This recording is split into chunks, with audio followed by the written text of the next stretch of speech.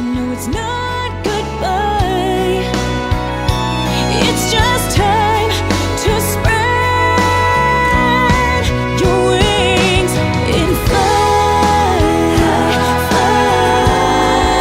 fly up to heaven, and dance with the angels,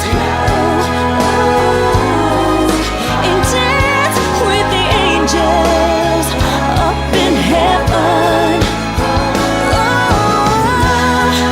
Spread your wings, listen to the angels sing up in heaven with the angels until we meet again. And you take my hand, we'll dance. Up in heaven, it's not goodbye. Our love is alive. Hi, everybody. This is Richard Sachs. I'm your host on Lost Arts Radio. This is our show for worldwide broadcast on the 25th day of March, 2018. And we are fortunate and honored and happy to have with us as our guest tonight David Sereda. Very interesting figure, has been very involved in combining the spiritual approach to everything and meditation and engineering spiritually friendly and helpful technologies with a background that's strong in physics and research and development, and working on interesting technologies with a number of different companies. Long background in meditation, has been associated with people like the Dalai Lama, and there's obviously probably 1,000 times as much to talk about as we'll have time in this segment, but we might do some more later. And I also wanted to mention that the reason this came up, we've had, I think, a mutual friend of ours, David, on the show a number of times, Ken Rohla from Florida, and talking about the technologies that he works on. And he's mentioned to me that he thought, the things that you were doing were great. And then we had one of our listeners say, well, I wanted to buy some of David Sereda's products that are really interesting online, and I hadn't looked at your site for a long time. And I said, well, I can't tell you directly because I haven't used any of these things in the recent past, and I'll go take a look. And then I thought, well, rather than me trying to draw conclusions about things that I don't necessarily know from experience, why not see if David will come and talk about it? So that was kind of the background that helped me go ahead and ask you if you'd come on. So I really appreciate that very much. And what I'd like to do is, if it's okay with you, go back as far as you can before you got involved in all this stuff in this particular lifetime, and talk about where you were before and the steps that led you up to now, and then we'll go in a number of different directions. Okay, yeah, that's a great way to go here. I mean, I was born in Canada with 4 brothers in 1961, and my dad wanted to get out of hockey, and he could have been a professional hockey player. He was right there ready to go and to be absorbed in that system, and a lot of the guys he played with became pro, but he wanted to be a psychologist. So he started attending university at UC Berkeley and moved the whole family down there in about 1964. And so I grew up in the San Francisco Bay Area in Berkeley, and right in the middle of the Vietnam War protests erupting around us, we were exposed to this huge transformation. And the field of study my dad, Lynn Sereda, was in, being a part-time professor, and while he's getting his degree, he became interested in meditation and deep relaxation states and healing. Okay. And so he started getting interested in East Indian mystics and Far Eastern mystics, and traveling to that part of the world and learning there. And my brothers and I, we got whisked away because my mom and dad divorced in the free love movement in the 60s, and my mom marries a science teacher. And right in the middle of that shift in our lives, to lose our dad on a regular basis, I saw a flying saucer over Berkeley, California, with a crowd of people And I didn't know. I just thought, it was the USS Enterprise or something, and we were looking at it. And then I started having dreams of these human-looking but very tall space beings who were teaching me the propulsion system of the craft at 7 years old, in 1968. So later, when our dad came back into our lives, the questions about, what is not considered mainstream started coming up, and he was open to my experiences as I started reporting experiences to him.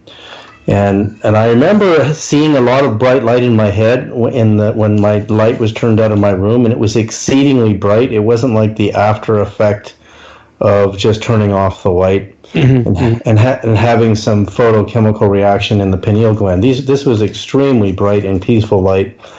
And so I started, getting interested in meditation because of my dad, and he would lead retreats, take us to gurus. This is when we came back to our dad, and in Vancouver, Canada. And then I started, he introduced me to an East Indian mystic named Baba Haridas, who was quite well known.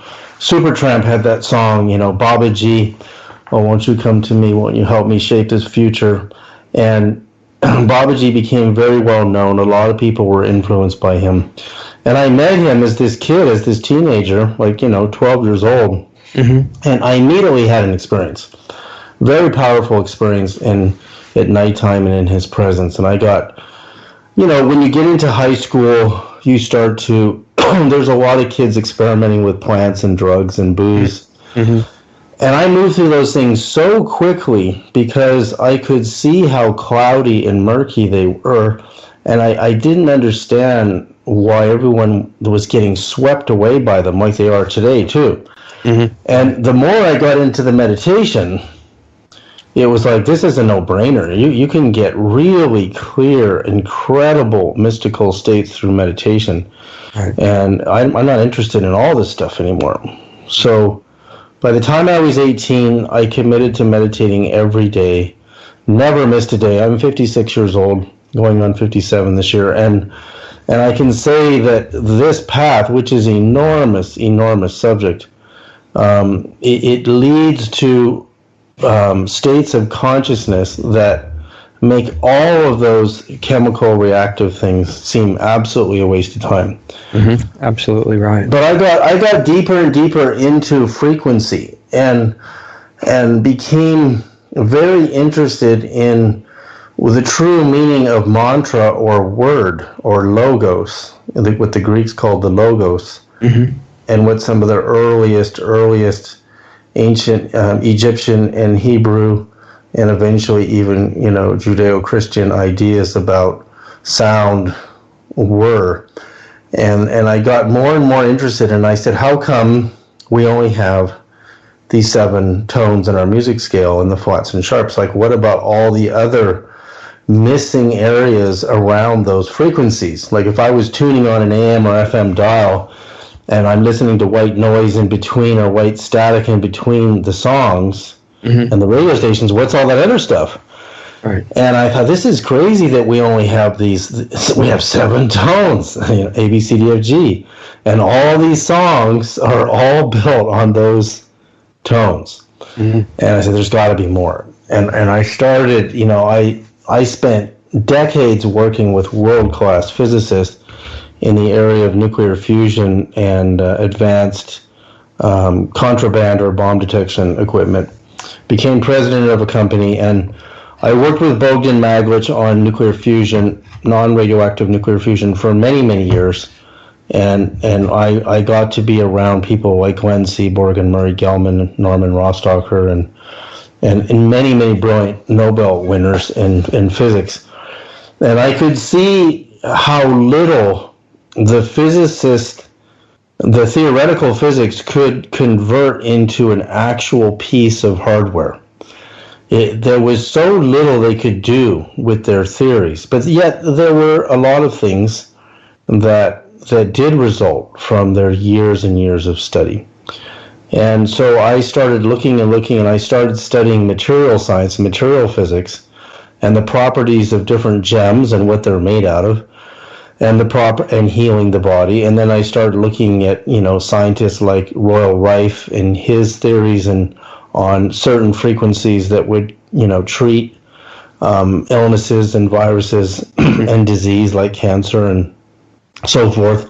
Right. And Rife was the first person to build a 30,000 time microscope that allowed him to see viruses live and see which frequencies would disturb or kill the virus. Mm-hmm. Mm-hmm. And he found that to be true to a certain extent, true enough that he was able to treat people, and sometimes he had success and sometimes he didn't, but it was enough a disturbance to upset the American Medical Association and what their ideas were about treating disease, mm-hmm. to cause an uproar. And then there was Ruth Drown, who was really the founder of radionics healing, which is also using frequencies, but in a higher frequencies than Rife would use. Like her frequencies were in the radio wave spectrum, and Rife's frequencies, most of them are down in the area where we hear, from 20 to 20,000 waves per second.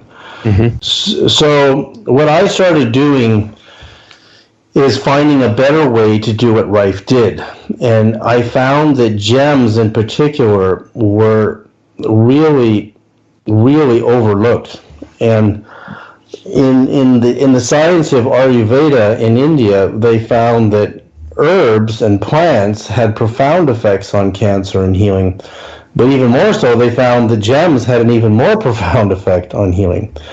And the way they administered gems in India was grinding them up into super, super fine powder so that it doesn't damage the body when it goes through the body. Mm-hmm. And they were able to cure unbelievable illnesses. And I said, it's not really what I found is in electrolytes. It's and also metals, like calcium is a metal.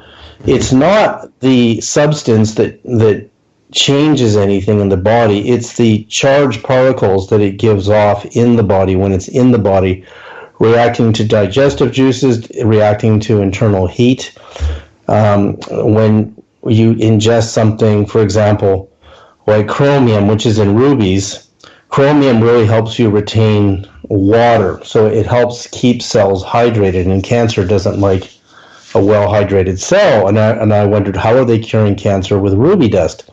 It's probably the ruby, the chromium ion that the ruby will give off in the body, because the dust just passes right through you. So if you drink powdered ruby dust, it's just going to pass right through you, and that's going to be really expensive, grinding up rubies and taking them. You can you'll use up all your rubies pretty soon, too. Well, use up all your rubies. I mean, the average person, right? And real rubies are pricey. So I realized that you don't need to keep putting all these powders in the body, like magnesium and potassium and lithium, but they all were contained in certain gems.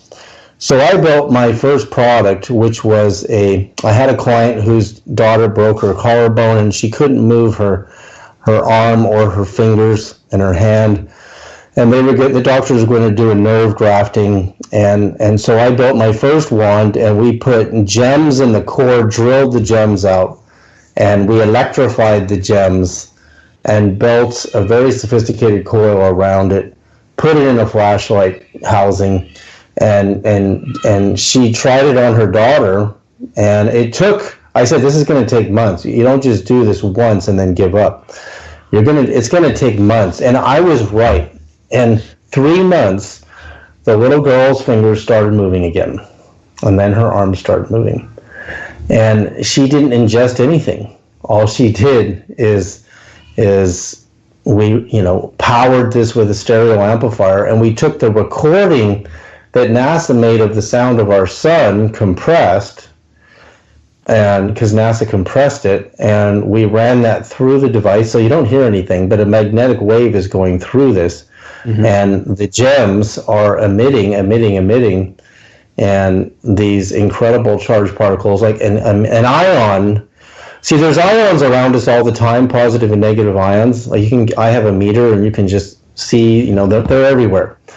And an ion is an atom that has an extra net positive or negative charge on it, whereas an ordinary stable atom has none. It doesn't have an extra charge. Mm-hmm. It's so the ion energizes the nervous system, and you can receive them passively, and rather than having to absorb them in the digestive tract. And so then we started putting rubies in the system of the wands, and the rubies were so expensive, and the Germans figured out how to make lab-grown ones that were so good that we switched from the super expensive natural ones, which the early ones had, and they were really tiny, to really big man-made ones. And the results are staggering that we're getting. And then more and more, I started studying frequencies, unknown frequencies, and that's where it goes next. And then I built vortex energy coils as another means of transmitting the same frequencies into the body for healing. And the results just kept coming in. They just kept coming in, and people were reporting everything was turning around. And anything severe like Lyme disease or cancer would turn around at the 3-month mark. And more mild things, some people, like a guy had a tumor on his dog's ear, a real tumor, not a cyst. Mm-hmm. And it took 1 month and it killed the tumor. He sent me pictures. And I thought, what if you can kill tumors in the breast with this technology? What if you can, kill tumors in the colon with this? I mean, this needs to be really tested. And I have real doctors and real nurses that use my coils and or the wand, and they're getting results. I don't think there's anyone they treat that doesn't get any results. And that's significant. It's very significant. In the area of discovering new frequencies, I found by accident, complete accident, an entire hidden music scale in the wavelengths of the dimensions of the Great Pyramid of Egypt. And I took the speed of light I started with the base of the Great Pyramid. I took the 4 uneven lengths of the sides of the Great Pyramid, mm-hmm. and they're slightly different lengths, and I squared them, and then I took the speed of light divided by the square of the 4 sides, and I looked at the numbers, and I said, this isn't possible. There's no way I can be looking at these numbers, because these numbers are a sequence. The north, south, east, west was a firing sequence, and each side, the speed of light divided by the square of each side, they were only one number off. It was 4140 on the north side, 4141 on the south side, 4142 on the east side, and 4143 kilohertz on the west side. And so, when you say the length of the side, you mean the length of one edge of the base? Yeah, so one edge of the base, and then you square it. Is the base at ground level? Yeah. It is. And the numbers I got were hard to get because you can't just go on the internet. You're going to see different numbers online. I researched who had the best numbers of the finished the finished base when the limestone blocks were covering the pyramid. And you're going to see a lot of numbers online, and you really have to be strict. I was so strict, and I tested 2 sets of numbers. And it was only one set of numbers that produced these particular results. And the perfect sequence, one number off. And so then what I did is I put those numbers in a signal generator, in an audio tone generator software, and I slid the decimals over. So you can do this. You go 40, 41.40, 41.41, 4142, and 4143. So the decimal's right in the middle. And these correspond to frequencies of sound? Yeah, so all I did is I took my kilohertz version, which is so you take the speed of light in inches. You have to resolve the speed of light in inches. And then the speed of light divided by the wavelength is the frequency. That's the formula for calculating a frequency. And what happens in a white limestone, and also when you look at any kind of stone material, it acts as both a semiconductive and conductive kind of properties. right? So what that means is that there's a charge, then the signal, the electrons in the material get very excited and they carry the electromagnetic force through the material. And the material, stone casing of the Great Pyramid, has a refractive index. And the refractive index slows the speed of light down. But just a smidgen above the surface of the stone, the wave oscillates at the speed of light, as long as there's a charge moving through the Great Pyramid material, and there is. I know where it is. And the pyramid is made out of 3 different layers. So you have this radioactive granite core masonry, and then you have 2 different types of limestone casings on top of each other. So that creates difference, or a differential. And that's how you build a transistor, or a transistor is made out of layers of crystal and conductor and semiconductors, semiconductor. And transistors in the early days were used to amplify weak radio signals and used in solid state amplification of signals or music and sound, and then they became gates. So today's Intel, chips have billions of transistors in them, smaller than you can see. And you have to see a good microscope to see a transistor today, because they're that small. But the Pyramid of Egypt was like a giant transistor, because it had the same properties of the multiple layers. So I knew the speed of light would operate at the refractive index inside the material, but not above the surface. So then I went up to the capstone, the unfinished capstone of the Great Pyramid, which is 572 point something primitive inches or Egyptian inches, and it's 0.00106 difference than our inch, and that's debatable too, and because our inch actually comes from the ancient Egyptian Babylonian inch, the British imperial inch, evolved from their inch, and so our inch and their inch, you cannot optically see the difference.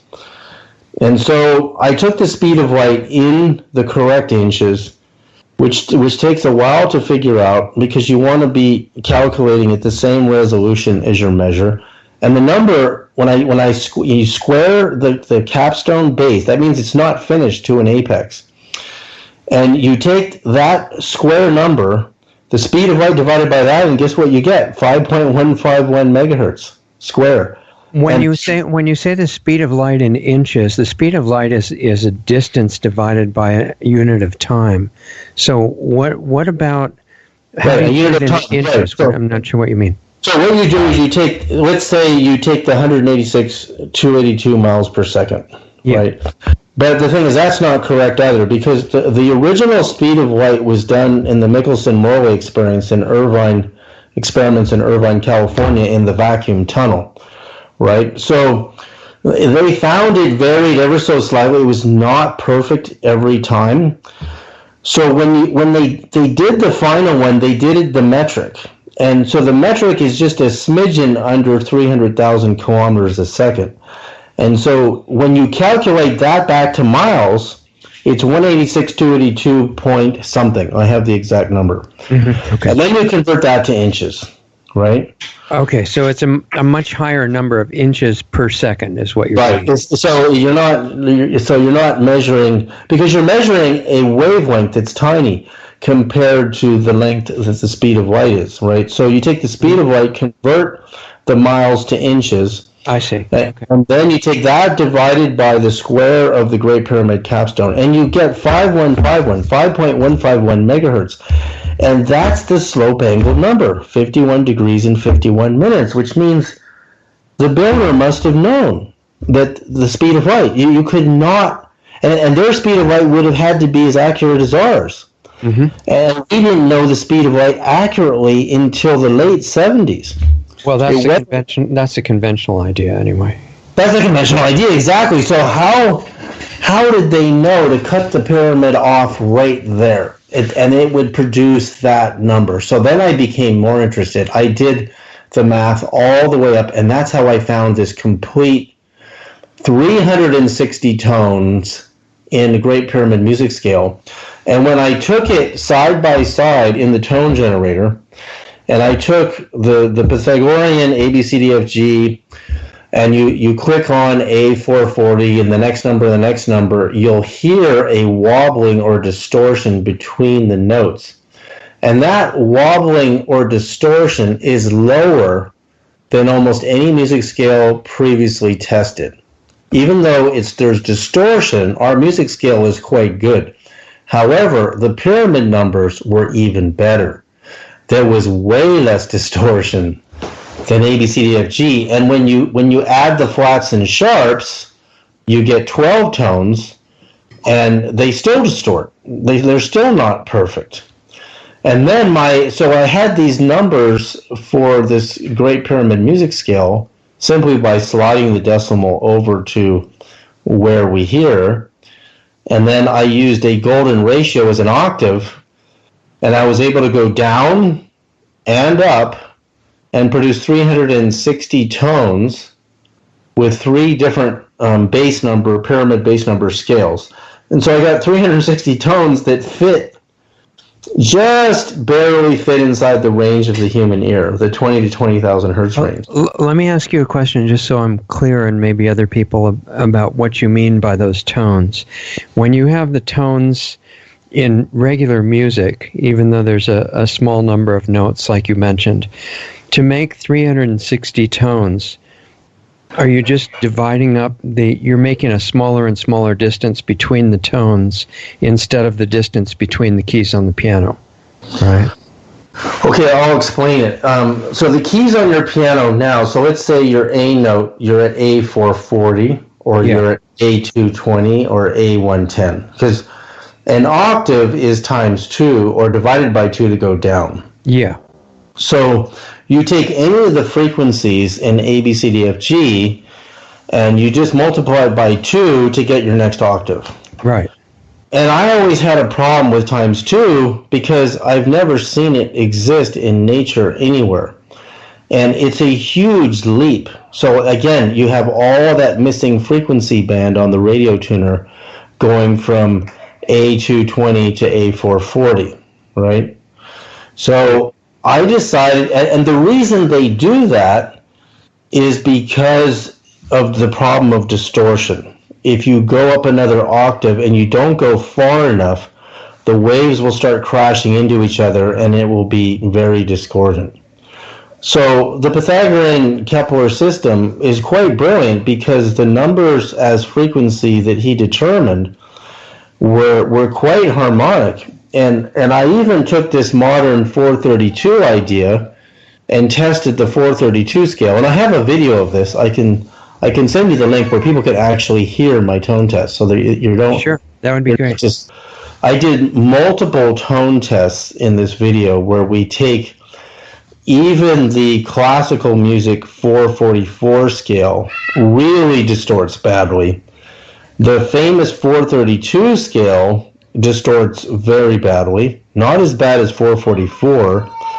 Our music scale of A, B, C, D, F, G, and the flats and sharps is better than both of those. Okay, but just for people that don't see, I'm following you pretty close, but for the rest of our audience, why don't you just make sure they know what you mean when you say 442 scale? Well, see, when you shift the A to 432, which then instead of 444, like if you go to your you can buy these Korg music scale tuners, and you can actually shift your A note around so that you can tune your guitar or your piano slightly differently. And for example, when you go to a classical musical performance, the conductor will shift different sections of the orchestra to move A between A440, which is classical, to A444, for example. In other words, he's slightly increasing the frequency that is called, for calibration purposes, A. Right. And that shifts all the other notes over. Yeah, exactly. By a proportion. And so that section of the orchestra will have depth or differential between another section of the orchestra, and that gives it more of a holographic feel. So it's quite sophisticated. So it's like if you had a recording of music and you very, very slightly speeded it up. Right. That's exactly what you're talking about, right? So imagine different sections of the orchestra playing different instruments. Yeah, and why wouldn't that sound discordant if you did that? Well, it actually does, and believe it or not, the first person to notice was Galileo's father. I'm trying to remember his name, Vincenzo, I think his name was. Galileo, who challenged the heliocentric view of the universe, that the Earth was the center of the universe. His dad was a classical musician, and he said that our music scale was distorted, and if it wasn't for the human voice and the opera singers, you couldn't cover it up. So his ear was so tuned, he knew. And when I started, playing music as a youngster, I would pick up a piano or a flute, and I would say, it's off. I just can't tell you that it's off. Mm-hmm. But there is a way that really good musicians know what I'm telling you about right now. But there's a way of creating what are known as overtone series, where you can tiptoe around it and create a perfect harmonic. And I've tested some overtone series, and they're perfect. There's no distortion in the scale of that particular overtone series. But that doesn't allow a comprehensive scale to always be perfectly in tune. And I'm not saying our music scale is bad, because you can hear some other more ancient scales that are really bad, like the distortion between A, B, C, D, F, G or is quite noticeable. So, but when I tested the pyramid scale, 10 tones, so instead of 7, there's 10 tones, no flats and sharps. It was so perfect. There was so little distortion.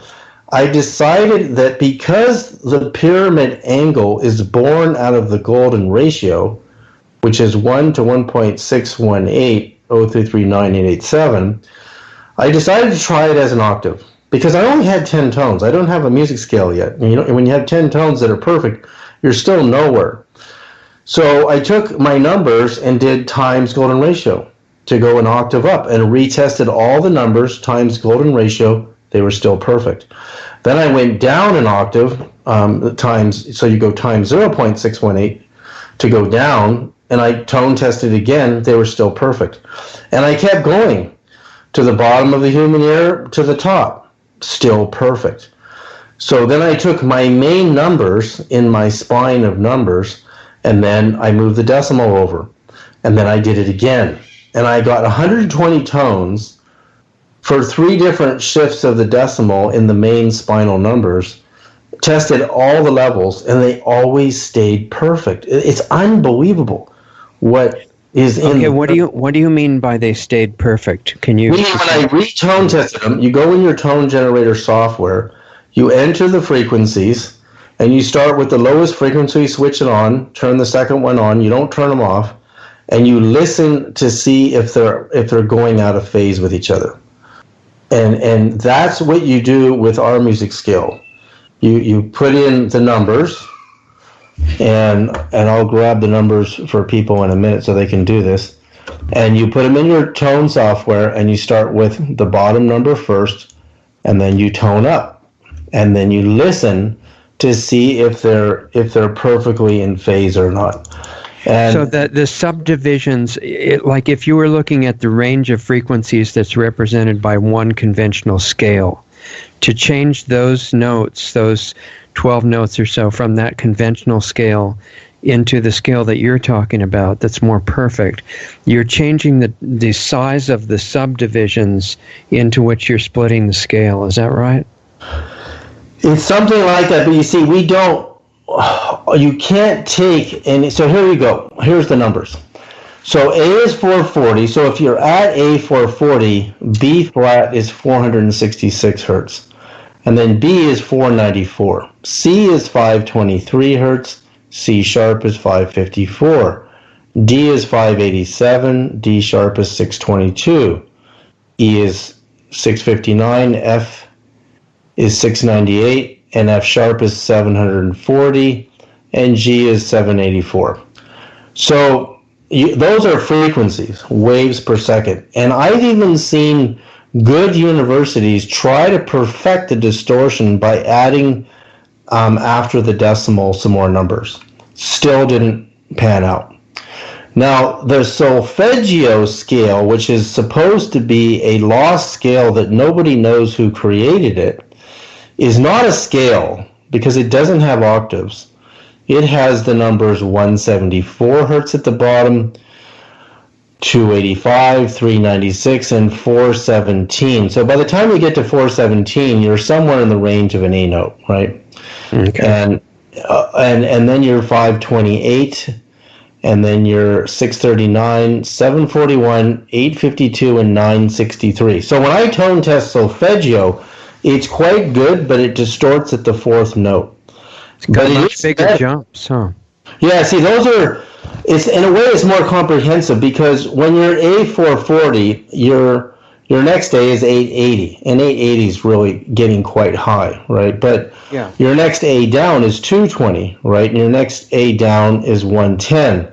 So when you look at solfeggio, it's starting at 174, right? So basically, solfeggio mystified the world because it was more perfect. But yet, when you tried to move a solfeggio octave and retest all the numbers when you go up an octave, it doesn't work. So it became this kind of new age idea that these frequencies were for healing. And the idea that monks and nuns, sang at these pitches in the churches is a mystique.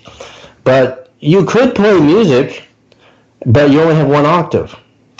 Mm-hmm. The pyramid scale has 10 base numbers, and they, believe it or not, the number of where C is at is 5151. So it depending on which scale of the pyramid you're using. So this pyramid has a minor scale where the 51.51 is in the middle of the scale, and then the mid scale is 515.1, and the major scale is 5,151.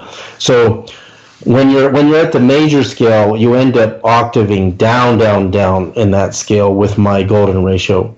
So I take my central numbers and I tone test them all out, and they're so perfect with 360 tones, and some of those tones are at the far reaches of the human ear. Some people. That's what I was going to ask you, if that 360 covered the lowest to the highest that you could hear. It does, and it goes just a smidgen outside of that window on the extremes of the numbers. Okay. But most of those probably 99% of those numbers are inside the classical range.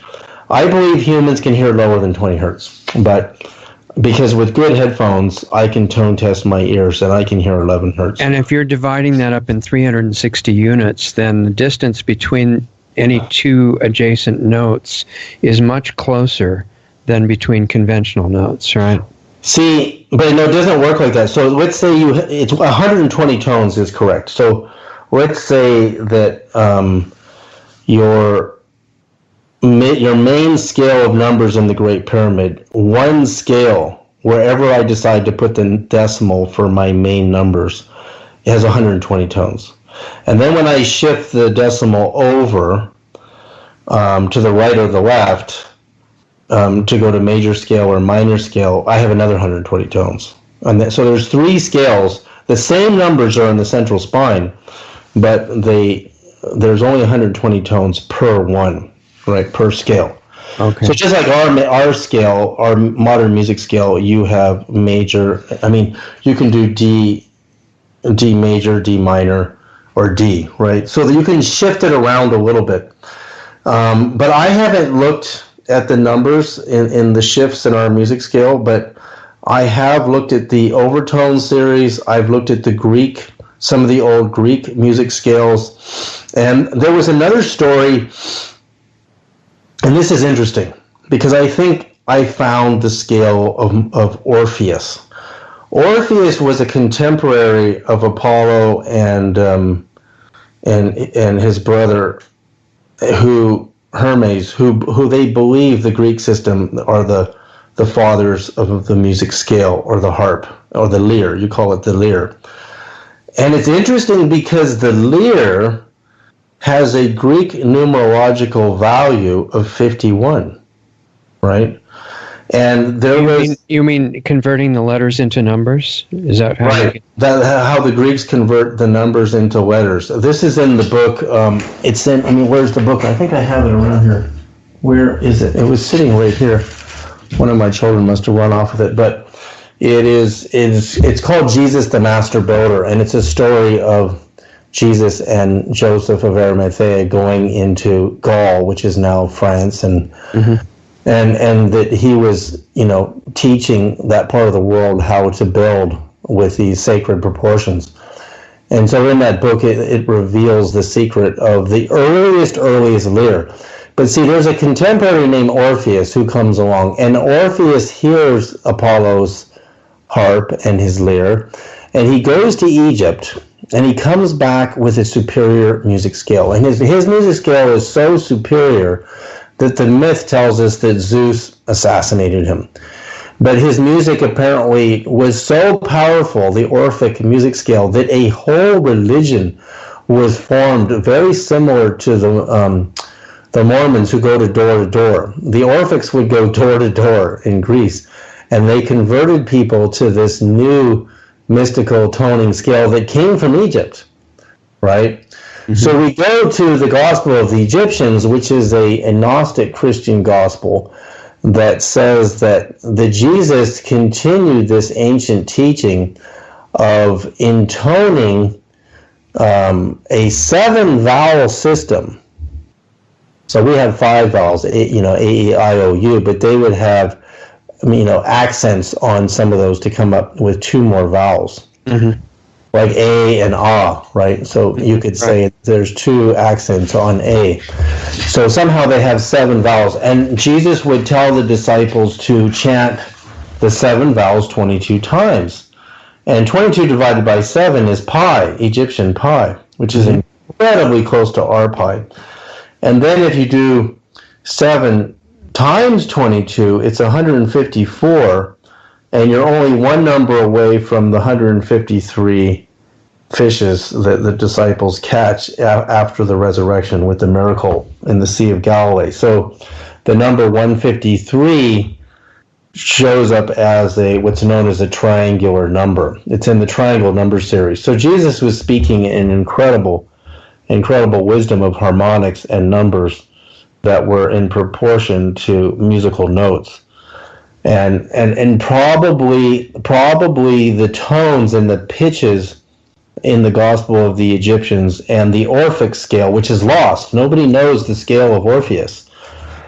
Morpheus is the god of dreams, and Orpheus is a god of music. So the Greeks were jealous. Pythagoras comes along, and he takes what Apollo and Hermes and Athena start, and he takes it to another level and turns it into what becomes eventually our whole music scale. And so it's kind of a battle of the music. So it's possible the secret in the Great Pyramid that I've decoded, and I have an ebook, God's Great Pyramid, for people who really want to read the whole story and the math and how this plays out. You see, you have to understand the 5-1, 51 degrees and 51 minute angle of the Great Pyramid comes from the golden rectangle. So you take side A of your rectangle times 1.618 0339887. It's not known if the ancient Egyptians had the resolution that fine on the golden ratio.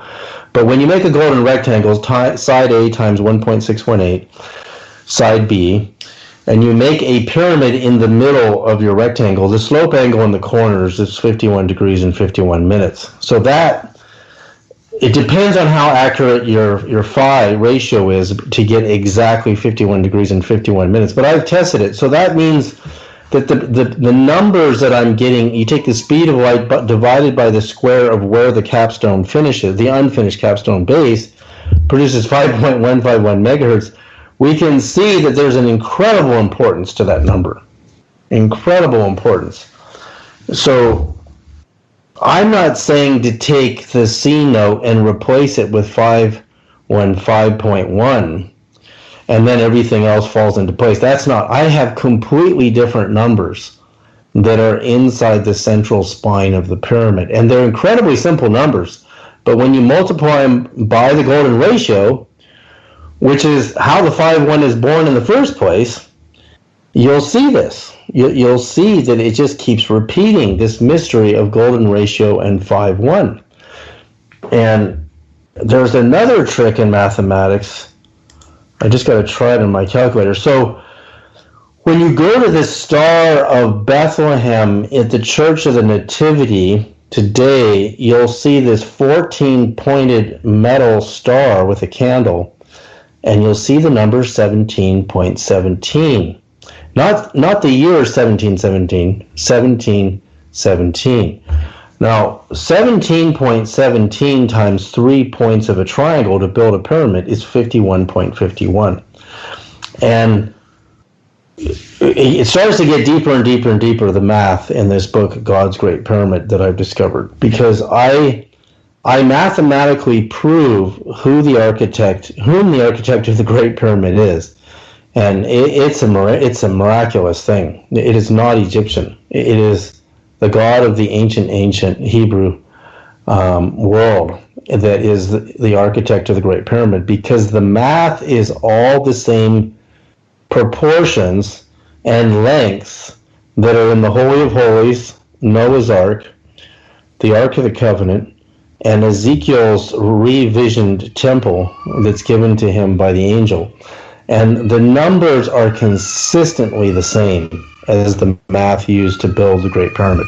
So I'm suggesting that this music scale is the music scale of the angels, of the 10 arcana of angels. You have 9 levels of angels, and the 10th being God in the highest position.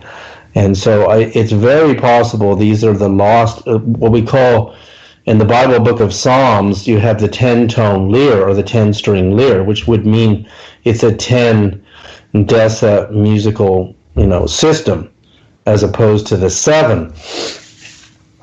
And probably what Orpheus learned when he went to Egypt was this scale. So with that, my idea went even further, which is that if you could transmit these frequencies into the body for healing the body with the wand and my coils, and we're now coming out with the staff of Moses and Jesus to do the really high frequency versions of it, what would happen to the body and what would happen to consciousness? And I've been working with these frequencies, adding them to my meditation practice for so many years, and the things that have happened to me are not even believable. They're so hard to believe that it's hard to even talk about them. But when you say you're adding the frequencies to your meditation, do you mean you're listening to a tone? Well, first, on the fundamental level, you listen to the tones and then you match with your voice the closest you can get to that pitch, so you're in synchronicity with it. Okay. And you train your voice up and down. You tone up in the morning and you tone down to the lowest frequency at night. And we did that for a few years. My wife is a trained singer, opera singer and jazz singer, and has a beautiful voice. And we found it just to be incredible. Like, I would, just doing it vocally, not using any of the technology, I was able to go into the supreme bliss state much faster and much more frequently than I ever had in my 40 years of meditation. And there was so much bliss and ecstasy sometimes because I realized that getting the perfect pitch for, your voice, and so that your nervous system would vibrate at that pitch that you're hearing, it was part of the perfection of meditation. But to transmit it magnetically into the body is even deeper. It's even deeper than working with sound. And that's because magnetic waves are much more penetrating. And that's why the angel who appeared to the prophets always gave them proportions and exact measurements to make the temples. So you translated frequencies of audible notes into magnetic signatures somehow. Yeah. You put them through a coil that's designed in these same proportions, and the coils, which we sell, and the wands, and coming out soon, the staff of Moses and Jesus, transmits these frequencies into your living space. So you made like a transducer between sound on one side and magnetism on the other? Right. Well, a transducer vibrates. Like, you use transducers in submarines to send sonar through the salt water, right? Mm-hmm. But transducers are very limited, because whatever they vibrate, all materials respond to frequencies in different ways. Some materials are disturbed by certain frequencies, and some are not. But when you just transmit it magnetically, you put it into a coil, and the coil emits the frequencies.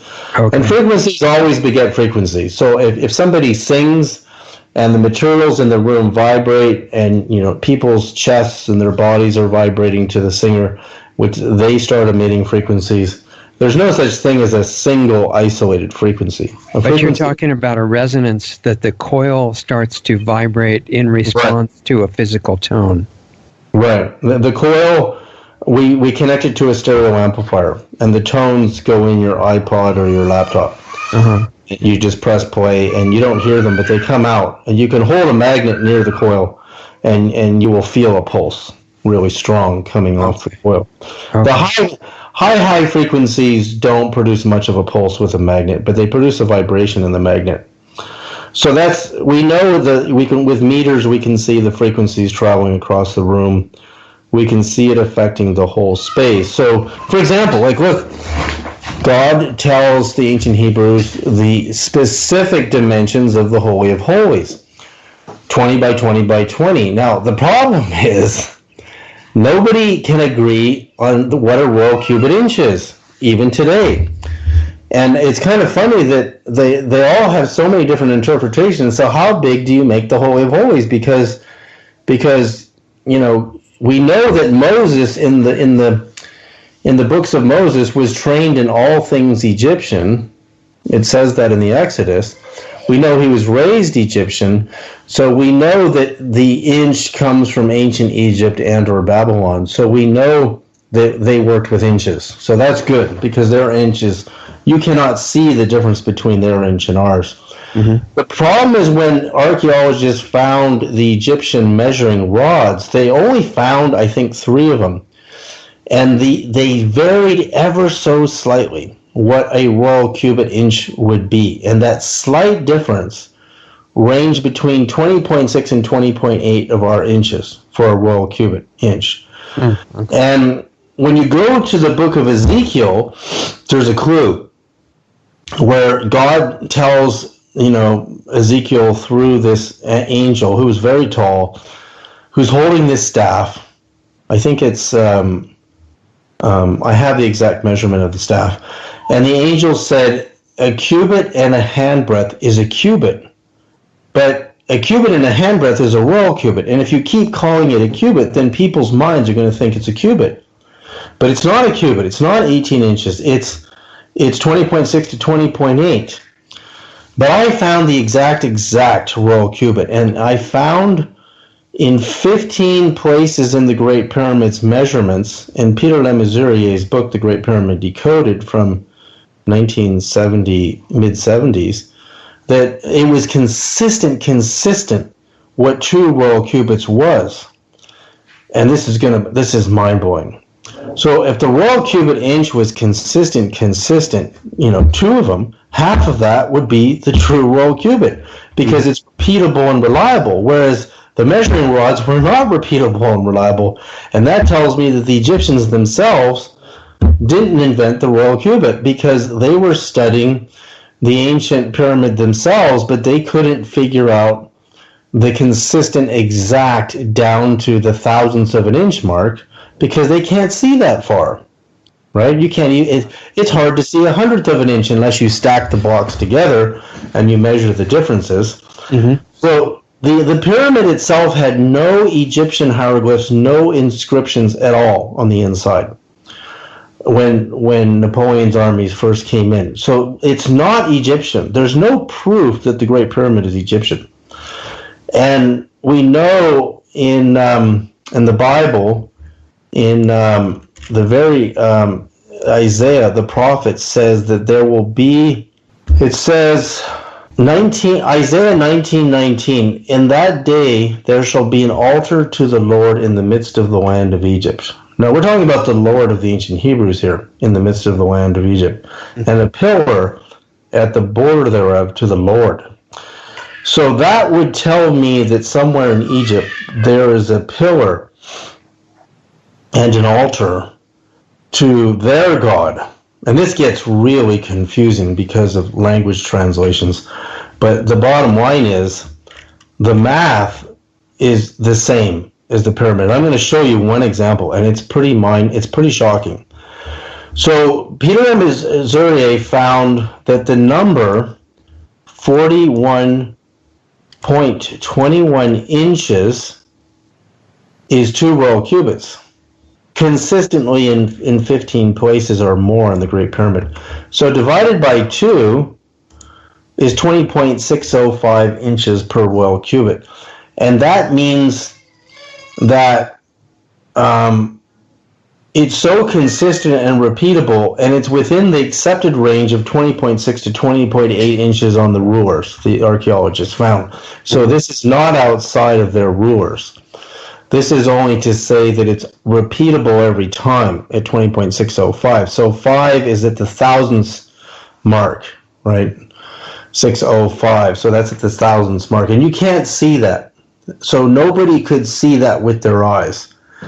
And so guess what happens now? We measure the Ark of the Covenant that Moses was told to build by God. And that's 2.5. So 2.5 cubits. So 20.605 times 2.5 is 51.5125 inches. That's the pyramid number. So the Ark of the Covenant is now tied to the Great Pyramid. Now guess what else? Remember, the 41.21 is in 14 places in the Great Pyramid. So let's take 20.605 inches per royal cubit times the Holy of Holies, which is 20 by 20 by 20 royal cubits. And guess what? 20.605 times 20 is 4121, the most famous number in the Great Pyramid, but it's 412.1. The decimals moved over 1 point. 412.1 inches divided by 12 inches per foot is 34.34 feet for the Holy of Holies. And remember, we see these numbers on the Star of Bethlehem 17.17, right?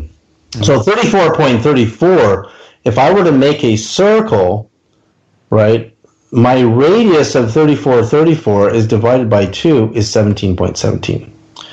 And 17.17 times 3 points of a triangle to build a pyramid is 51.5125.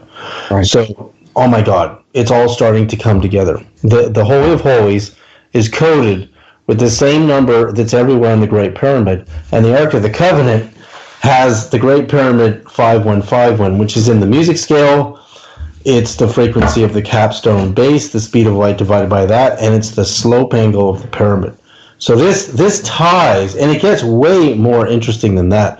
This is just the tip of the iceberg, that the architect of the Great Pyramid is the architect of the Holy of Holies and the Ark of the Covenant itself. And so that's, my devices, all of my devices are working with these perfectly non-distorting numbers that I extracted out of the Great Pyramid. And then we take the cubit. Now this gets even more amazing. Watch this. So you get your calculator, and you take 20.605, because a cubit is based on the cube, 20.605 inches per royal cubit divided by 4 sides to the square is 5.15125. It's the 5151 again. But the decimal just keeps moving over, right? So now we take Noah's Ark, and that's 300 cubits, which we know are royal cubits because of the angel in Ezekiel. So 300 times, you're not going to believe this, 20.605 inches. This is the boat, Noah's Ark. Mm-hmm.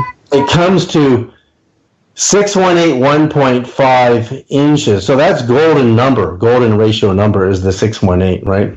So you divide that by 12 inches per foot, and they didn't have feet back then, we're told, and it comes to 515125 feet. So 515.125 feet. It's the same number with the decimal moved over. Now that's Noah's Ark.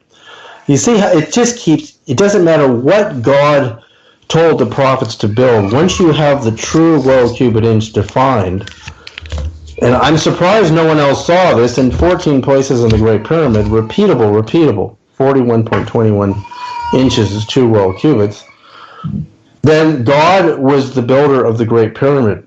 And it would therefore, the tones that it produces based on its wavelengths would therefore be perfect. And they are.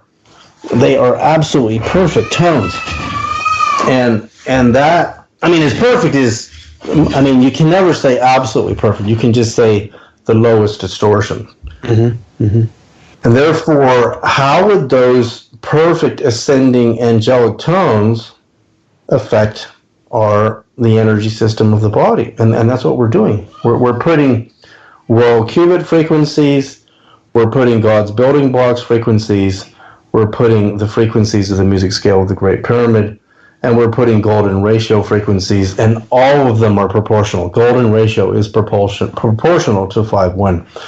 And therefore, we're rebuilding the nervous system with my technology, which is adding to, it can reharmonize the energy field of your entire house or your office. I even believe we should be transmitting electricity at the 515125 harmonic instead of 60 hertz. Mm-hmm. Mm-hmm. It would save us a little bit of power and everything would run perfectly. But you would have a harmonic going through the wires of the house instead of 60 hertz. So you think you'd stop producing dirty electricity waves on the side and things like that? Yeah. I think a lot of people are getting cancer from... See, we live on frequencies. We live on electromagnetic fields, EMF. The sun produces EMF, the earth produces EMF, the stars are producing EMF, everything's EMF. Mm-hmm. The problem is we generate frequencies to run the internet and light bulbs with no respect to harmonic frequencies. So if you have disharmonic frequencies in the body, you're going to get cancer, you're going to start breaking down over time, and your dream state, your meditation is all going to get disturbed by these waves. Because if you measure your fingertips with a voltmeter, you're going to see you're an electrical being. Your nervous system and brain are electrical. Well, every single cell communicates inside and outside by electrical signals, right? Exactly. So any electrical system has a magnetic field, and any magnetic field can be inducted or affected by an outside magnetic field, crossing it. So the appliances in our house, I believe everybody needs, one of my systems to reharmonize your house so that you're not being disturbed. Your sleep doesn't get disturbed. Everything is getting disturbed by the internet's frequencies and the cell phone frequencies and the wires in the wall frequencies. It's affecting us. It has to be, because you have a magnetic field around the body. Right. So what if you took down the existing electrical system and, like, people that are completely off grid, what kind of an electrical power system would you suggest for them? I would just suggest converting the frequency of the output to 51.5125 hertz. Or you can do the next harmonic up on the scale. See, one of the reasons we have 60 hertz is, it's quite interesting. The human heart at rest is about 1 beat per second, and there's 60 seconds in a minute. That's when the human heart is really deeply rested. Mm-hmm. You don't see many 60 beats a minute people today, because people are pretty hypered up on their coffee and trying to make money. So the the whole 60 base counting system is based on the 360-degree circle, the 360 days in a year plus 5.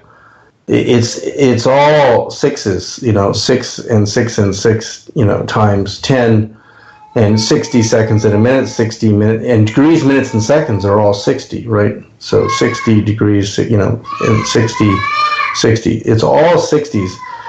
And so it turns out that when Tesla was, arguing with Edison over Edison's flickering light bulbs, his pulse rate was just too slow.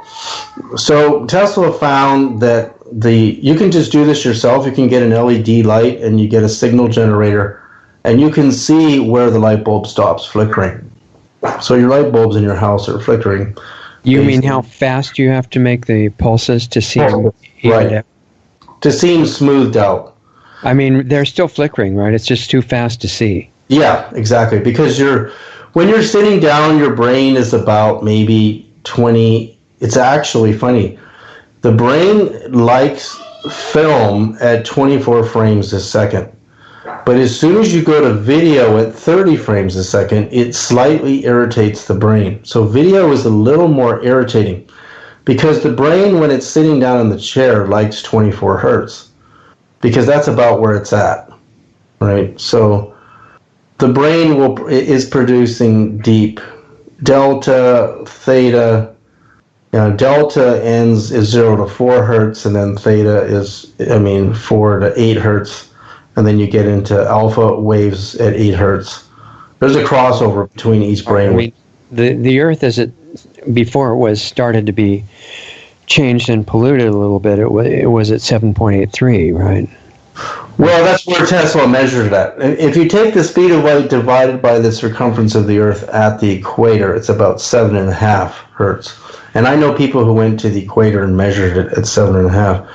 But see, the waves of the Earth cross over on each other, so you get an averaging. And Tesla found the average to be 7.83, but it's not always 7.83. It depends where you're standing. Mm-hmm. It depends on how the waves are playing on each other. It's not consistent. Well, supposedly it's getting faster right now. Well, if you measure it in Norway, it will be faster because your wavelength's a lot shorter. But you still get crossovers, and it doesn't stay the same consistently because it's a sphere. So if you turn a sphere on its side and make two-dimensional waves in the sphere, you'll see the frequencies get higher at the poles, but the amplitude gets lower. So most of the amplitude is probably in the 7.83 range, 7.5 to 7.83. But it's a very sophisticated thing, a sphere, and the magnetic fields on the Earth are very complicated. They're not just one frequency. But we dream at the frequency of Earth. That's theta. That's upper theta. And we tend to get rapid eye movement and dreaming in the morning, once we've been sleeping all night. Mm-hmm. Delta is said to be deep dreamless sleep, but good meditators.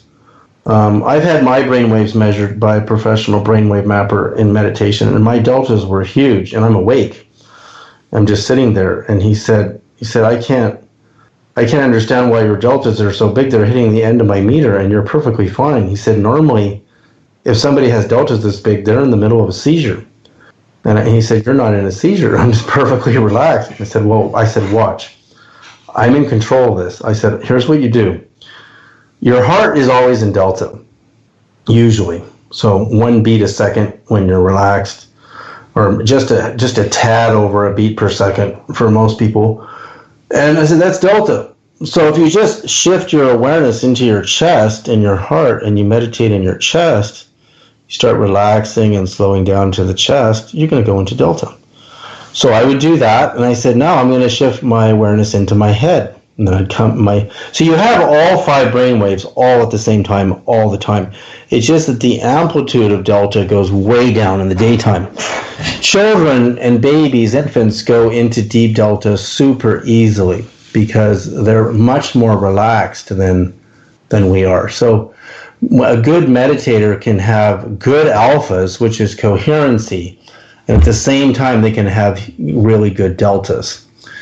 And so your alphas are good and your deltas are good, and your thetas are good, in meditation. But if your alphas are no good, it means that you're probably asleep or you're having a seizure. So he looked at my alphas and they were all good.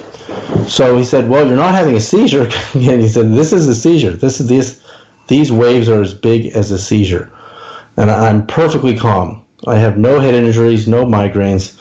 So he seemed really disturbed by it. But I said, that's what happens when you meditate a lot, is you can remain conscious and have really deep, long wavelengths, that you're tuning into. Mm-hmm. It's amazing how big an electromagnetic delta wave is. It's massive, bigger than the planet. Bigger than the planet. So Earth, the size of the Earth as a wavelength at the equator is theta. So there you are. You're barefoot. You're walking on the Earth, and you're feeling relaxed but awake. That's upper theta. Mm-hmm. And 7.83 is upper theta. You're coming into alpha. And so, perfect. Our Earth is where our consciousness operates in the creative space of dreaming. So I came up with this idea that what if people in other star systems dream at the frequencies of their planet and their star? Mm-hmm. And NASA, it turns out, had the radius of dozens of stars, quite accurate. And I started working with star system frequencies, and that's where you get into really advanced dreaming. But that's, for healing the body, the main thing is to recalibrate and retune the nervous system with deep magnetic waves that cross your own magnetic field of your own nervous system. And when you become retuned, you start to heal. There are very good studies done at the university level that prove that if you can have sustained deltas, the body will heal itself of anything. That's how powerful deltas are. And you can transfer those deltas by touch into another person, and you can heal them. And that's why don't you say that one more time? If you have sustained good deltas?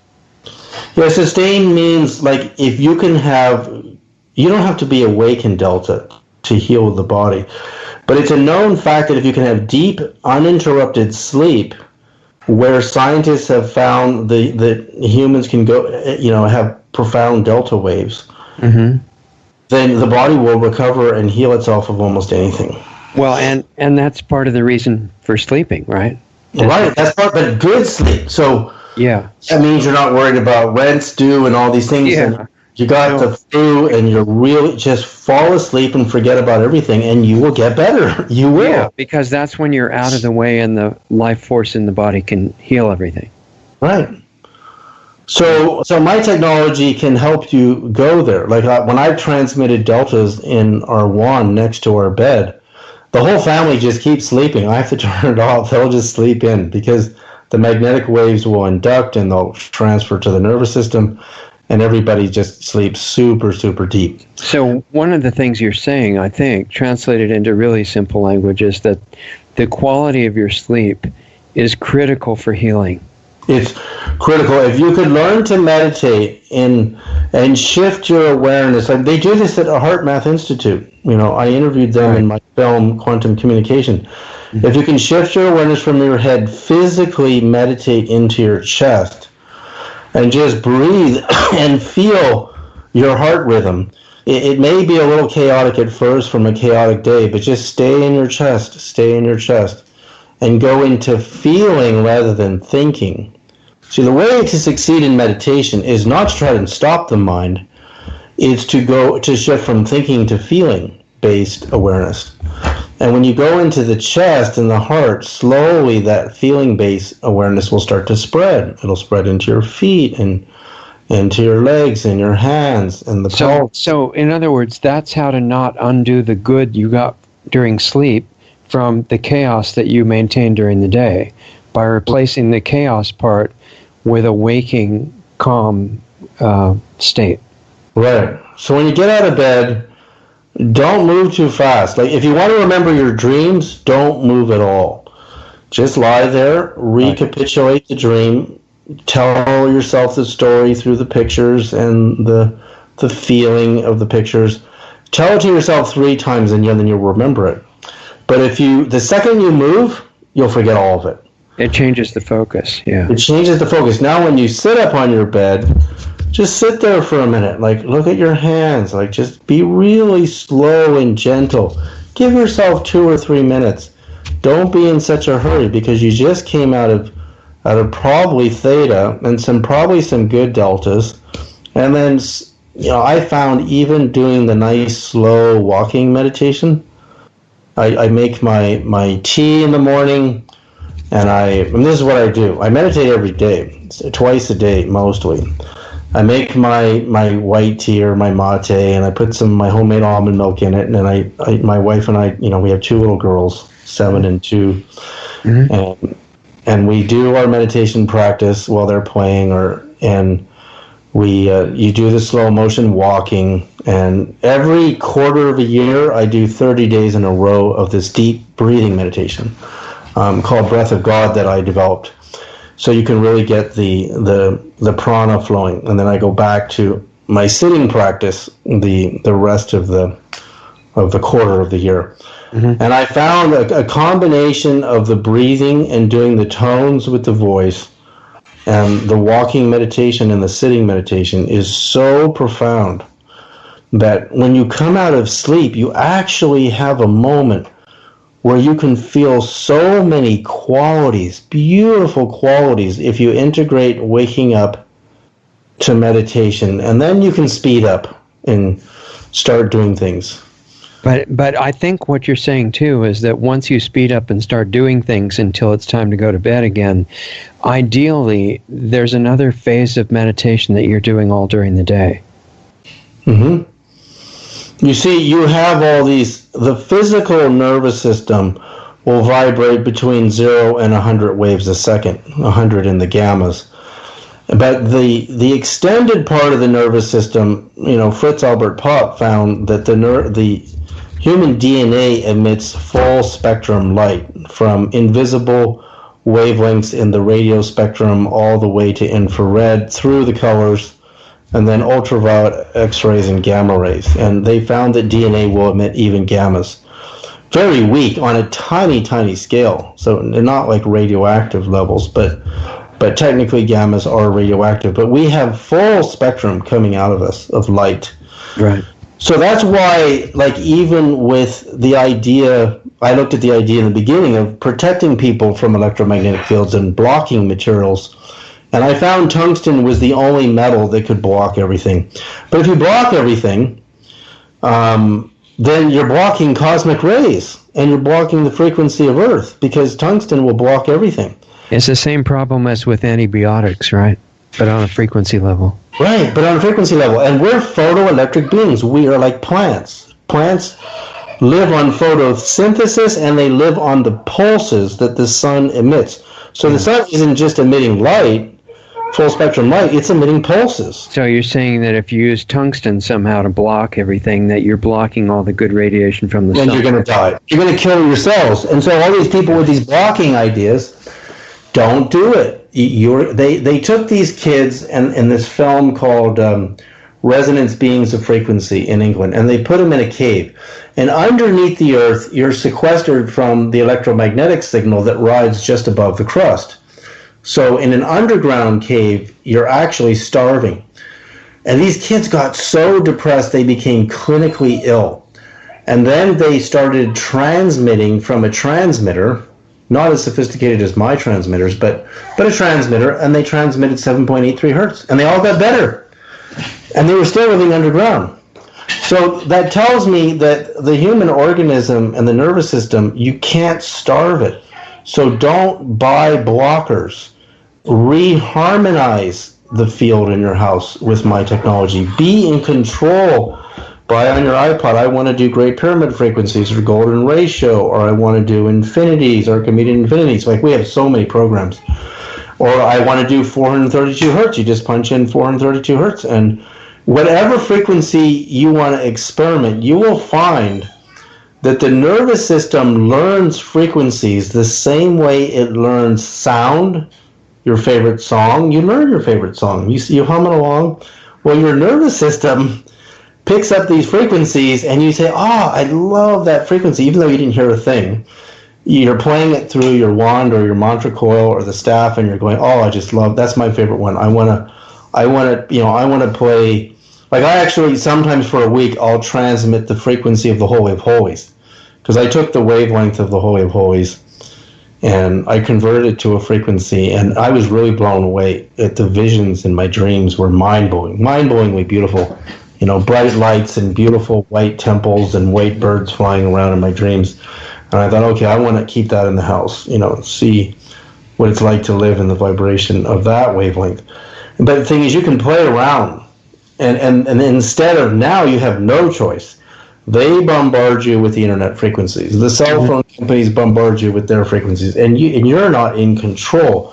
With what I've developed, you can be in control, and that's all on my website, davidsereda.net, and also people can email me, if they have questions, davidsereda@hotmail.com.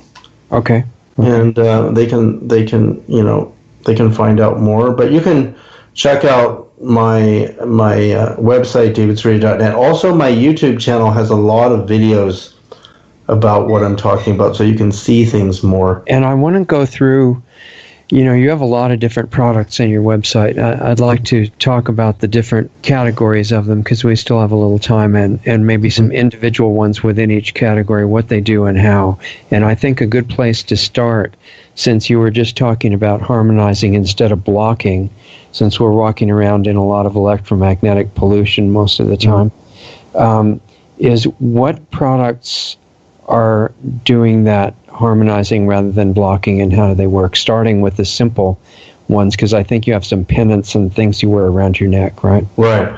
Well, we take our pendants and jewelry that my jewelers make, and I co-designed with them with my wife, and I invented something, because I used to work in the field of nuclear fusion, and I developed a nuclear fusion technology where we put the pendants and the crystalline materials that they're made out of, they exist in an extremely high energy environment, and we can get that crystal we can program it at any frequency we want.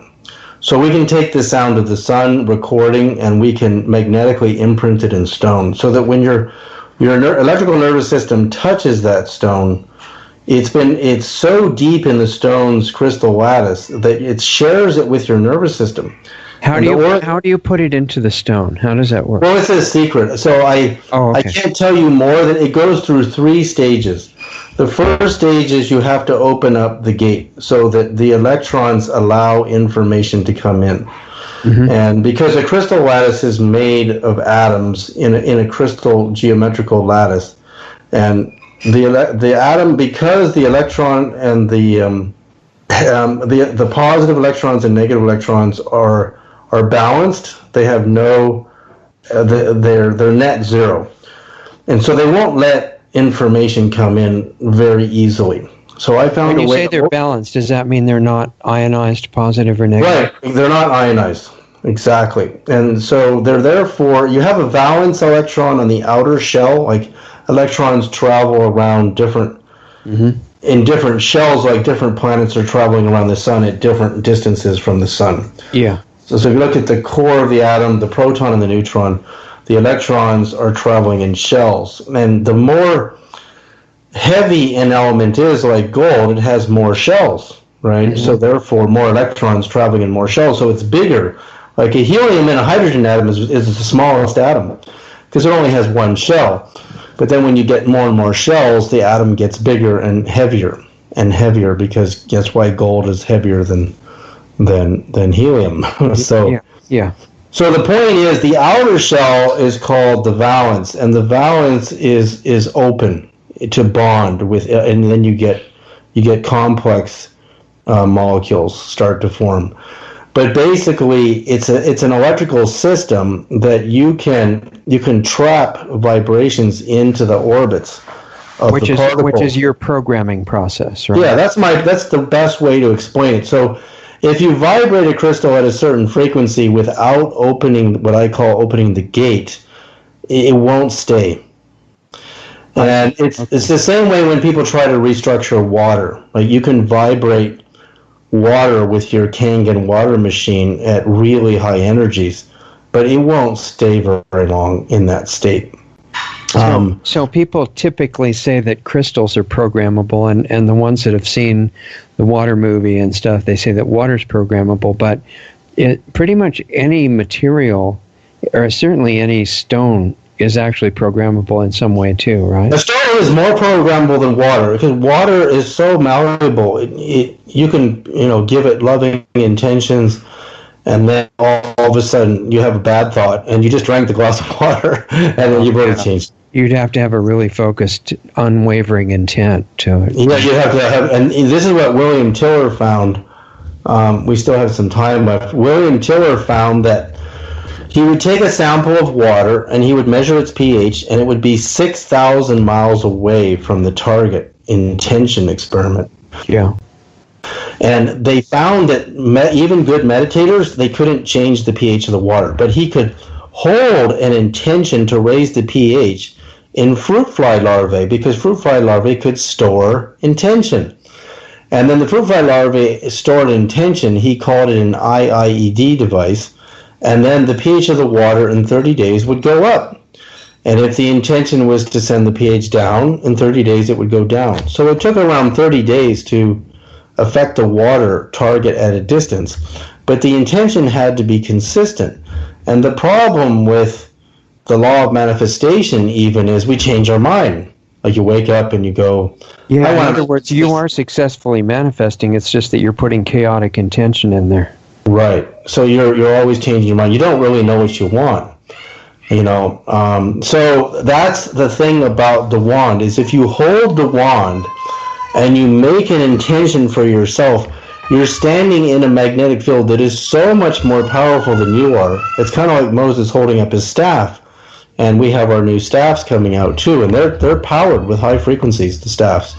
And your intention gets magnified millions of times with holding, Moses' staff. And Jesus in the Gospels tells the disciples, when he sends the 12 out, there's 12 men and 7 women in the Gnostic Gospels. But in the canonized Gospels, he said, don't forget your staff. You can forget everything else, but don't forget your staff. And most Christians don't know that Jesus was a staff holder, and that he followed the lineage of his father, Joseph, who was a staff holder, and goes all the way back to Moses. And Moses got the staff from Isis, because Moses was trained in all things Egyptian, and we can see her holding the staff. And we can also, we'd have to do another show just on the staff when the staff comes out, because that would be fun. Yeah, it's huge. But the point is, when you're inside the Holy of Holies, inside that trap vibration in the temple, and then you're talking to God, you're amplifying your weak human magnetic field by millions of times. So that's because the stones or the gems in the staff or in whatever technology you're talking about, those are programmed, right, by the system that you've got to put the frequency in. You can wear one of our pendants that's been treated to share the vibrations with the nervous system, and then you can work with the wand or the vortex coils.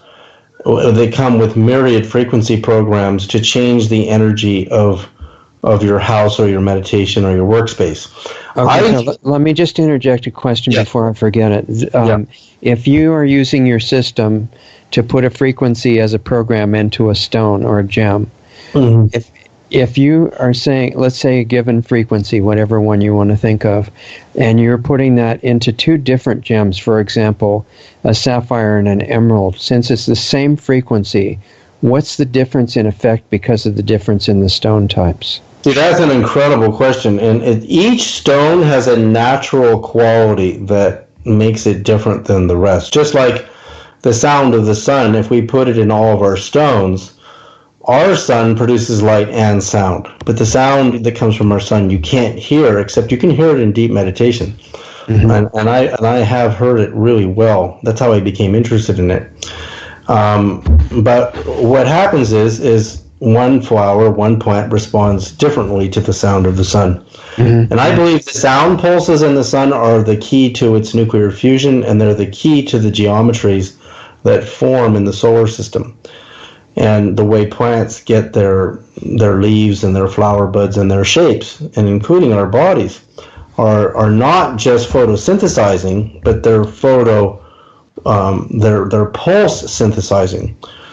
So sound creates geometry through cymatics, and so the sun sounds, when we restructured water with the sound of the sun, it transformed the water crystal before and after to a state that's more beautiful than any experiment I've ever seen. Our sun contains myriad wavelengths of frequencies. Yeah.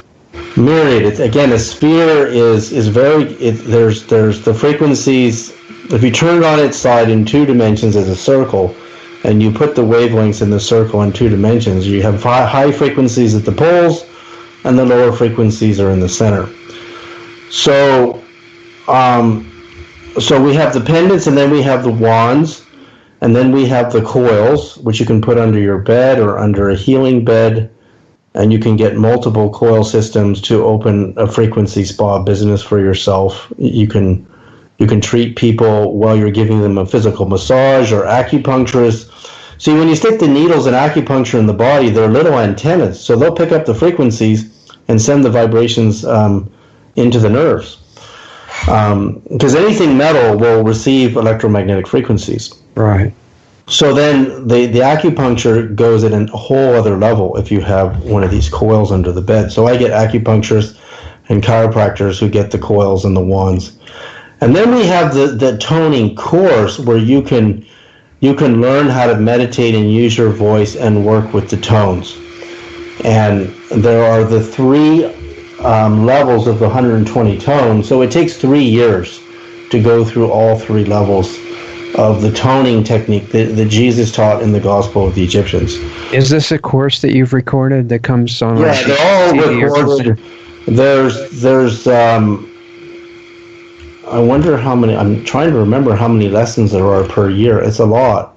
Mm-hmm. I just can't remember the number because I did it a few years ago. The number of courses per year. So you do year 1, year 2. But they're like CDs, and with. Well, they're all downloads now. They're all available on the website. You go to David Sereda, is SEREDA.net, and you go to Quantum Regenesis, the course. Uh-huh. And the staff is really going to be advanced. It's going to be, first I said, people, you can learn how to make your own staff, and then I'll give you the frequencies that you plug the staff into the power source and put the frequencies into the staff and work with the staff that way. But people didn't want to make their own. It's amazing how few people did it. But unfortunately, the real staff of Moses, according to the ancient Hebrews, contained sapphires. So we're using German man-made perfect sapphires because real ones are just way too pricey. They're pretty expensive, yeah. Oh my God, nobody could afford this thing. And you can't find real big ones either. No, and we're using one really big one on the top. And so according to the ancient Hebrew sources, there were 10 sapphires in Moses' staff. So we're offering it with sapphires or rubies for women, and even you can put multiple gems. It's up to people how many they want to put in it. Mm-hmm. But that's going to be available very shortly, so people can check. They can write me at davidsereda@hotmail.com if they're interested in getting one of the first ones at a reduced price. But my jeweler's been working on this with me for 6 months now, and it's really looking incredible. It's going to be incredible to work with, because the one I'm meditating with for the last 6 months is a mock-up with 1 sapphire on the end. Mm-hmm. And I can't believe what's happening. I have to do another show with you just on the staff to talk about it. What's the difference between the staff and a wand? Or is the staff just a big wand? Well, the staff, see, my theory was this, that the staff of Moses was his antenna. And today in science, an antenna's height is equal to half a wavelength. So the height of the staff times 2, the speed of light divided by that, is the frequency of the staff that Moses communicated with God with.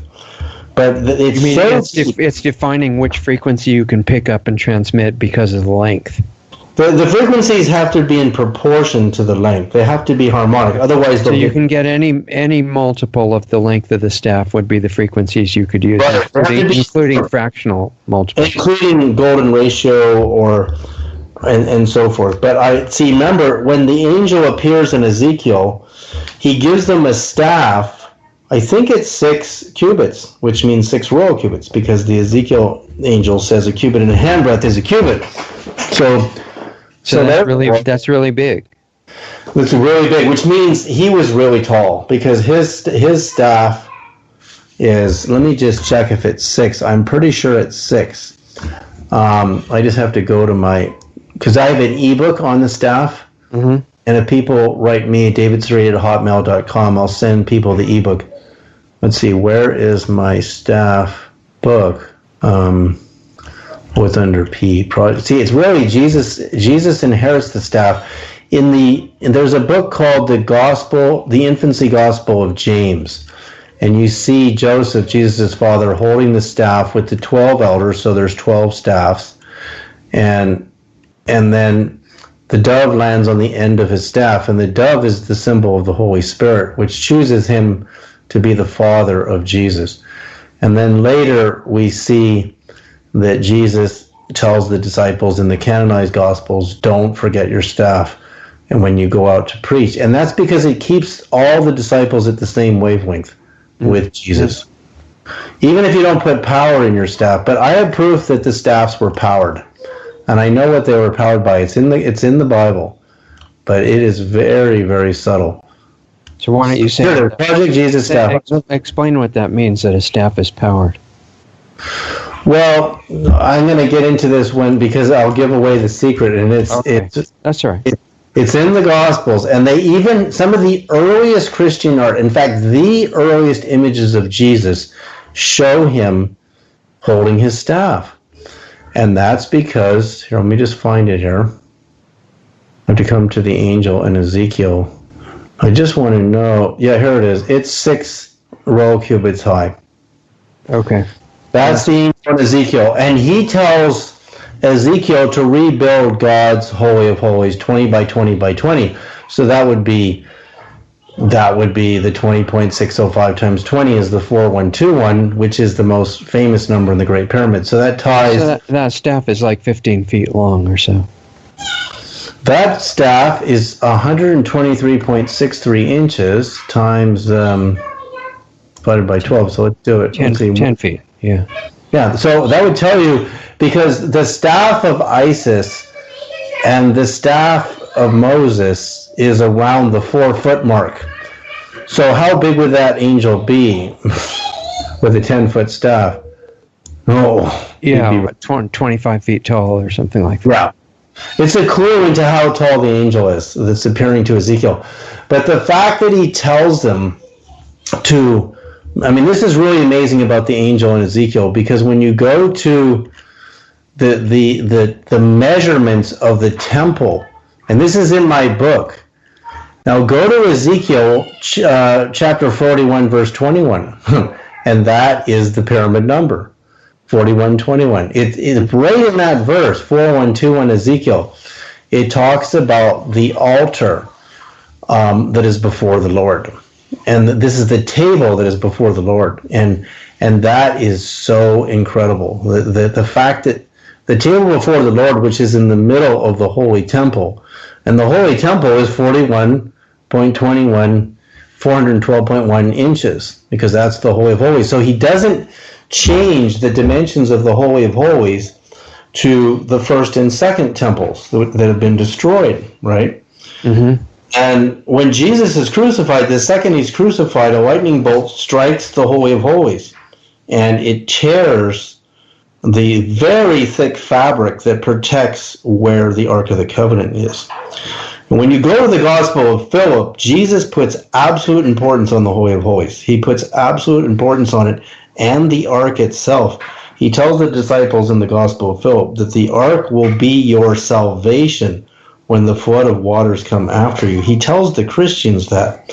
So it's very likely they took it, because the ark, Let's see, I think it's around the 660 AD mark is when the Temple of Solomon was ransacked.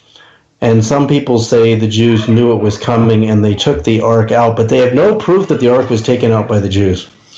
When the temple was rent and torn, the Holy of Holies, which guards the Ark of the Covenant, when the second Jesus was crucified, it means the temple was open, and it's very possible the Christians came in and took it immediately, the Ark, because he already told the disciples that this will be your salvation when the flood of waters come after you. And then it wasn't long after the crucifixion, which could have been as late as 40 AD, because Jesus was born, they say, somewhere in the 5 AD mark, what we call, in the Common Era. Mm-hmm. And because they measure it by the eclipse, they know when the eclipse was, that marked the crucifixion. So therefore, only 20 years later or so was the ransacking of the temple, and everything, everything was taken out. The temple was destroyed by the Roman armies, and so therefore the Christians couldn't have the ark. If you read the Gospel of Philip, there's a clue.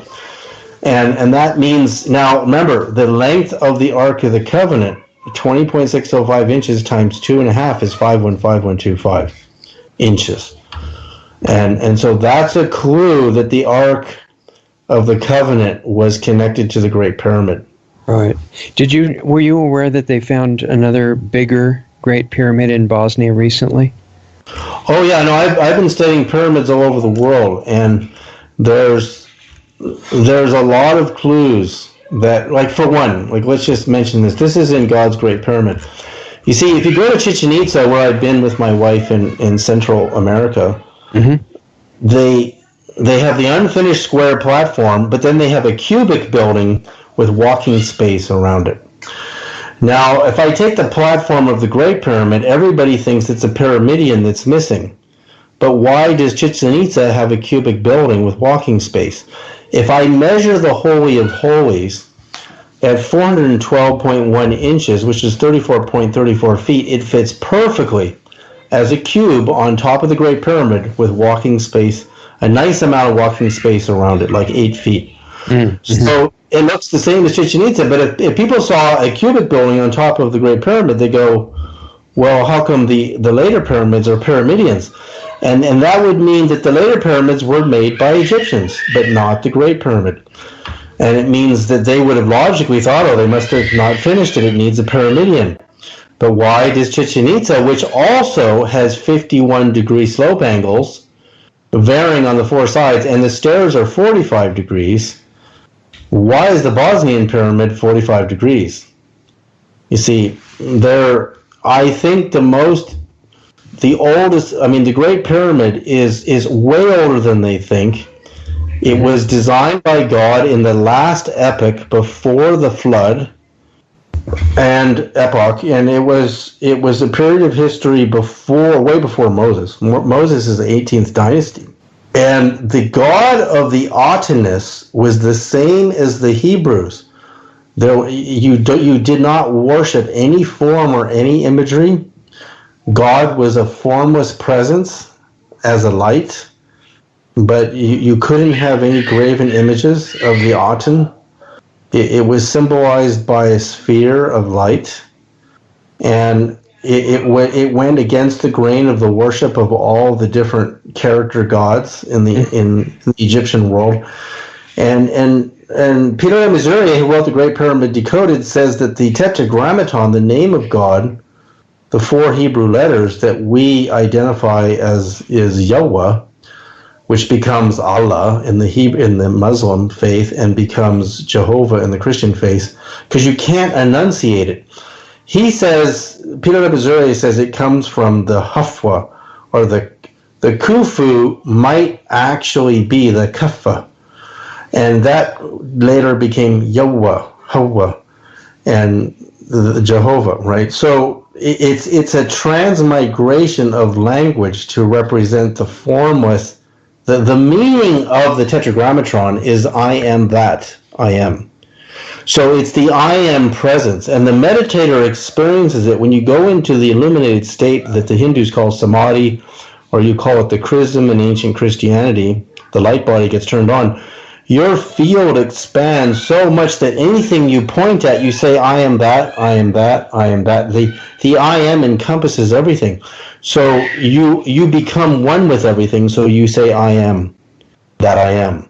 So when Moses heard the voice of God in the burning bush, it said, I am that I am. And that's what those 4 letters mean. There's no person there. It is a formless, intelligent, even speaking God, but it does not have a body. And so when Jesus announces in the Gospels, before Abraham was, I am, he doesn't say before Abraham was, I was. He says before Abraham was, I am. Mm-hmm. He is stating that he is the embodiment of the I am that I am.